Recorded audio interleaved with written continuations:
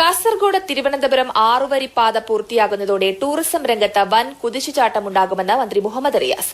മലയോര പാതയും ദേശീയപാതയും പൂർത്തിയാകുന്നതോടെ കേരളത്തിലെ അടിസ്ഥാന നിലവാരം ഉയരുമെന്നും മന്ത്രി പറഞ്ഞു.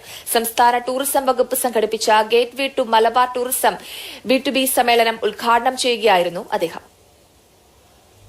ഇടതുപക്ഷം അധികാരത്തിൽ വന്നതിനു ശേഷമാണ് മലബാർ ടൂറിസത്തിൽ വൻ കുതിപ്പുണ്ടായതെന്ന് പറയുന്ന മന്ത്രി മുഹമ്മദ് റിയാസ് ടൂറിസം രംഗത്തെ വളർച്ചയെക്കുറിച്ച് വിശദമായി സംസാരിച്ചു.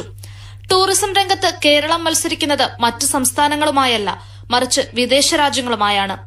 കാസർഗോഡ് തിരുവനന്തപുരം ദേശീയപാത പൂർത്തിയാവുന്നതോടെ ടൂറിസവും വളരുമെന്ന ആത്മവിശ്വാസമാണ് മന്ത്രി പ്രകടിപ്പിക്കുന്നത്. കേരളത്തിൽ ചരിത്രത്തിൽ ആദ്യമായിട്ടാണ് ടൂറിസം വകുപ്പ് തന്നെ മലബാറിൽ ഒരു B2B മീറ്റ് നടത്തുന്നത് എന്നുള്ള സന്തോഷ വിവരം നിങ്ങളെ പ്രത്യേകം അറിയിക്കാൻ ഞാൻ ആഗ്രഹിക്കുന്നു. പൊതുമരാമത്ത് വകുപ്പ് റെസ്റ്റ് ഹൌസുകൾ പൊതുജനങ്ങൾക്കായി തുറന്നുകൊടുക്കാനുള്ള തീരുമാനം ഊർജ്ജം പകരുന്നതായി. 2023 നടത്തിയ ടൂറിസം നിക്ഷേപ സംഗമത്തിന്റെ ഫലം ഉടൻ തന്നെ കേരളത്തിലെ ടൂറിസം മേഖലയ്ക്ക് അനുഭവിച്ചറിയാനാകുമെന്നും അദ്ദേഹം കൂട്ടിച്ചേർത്തു.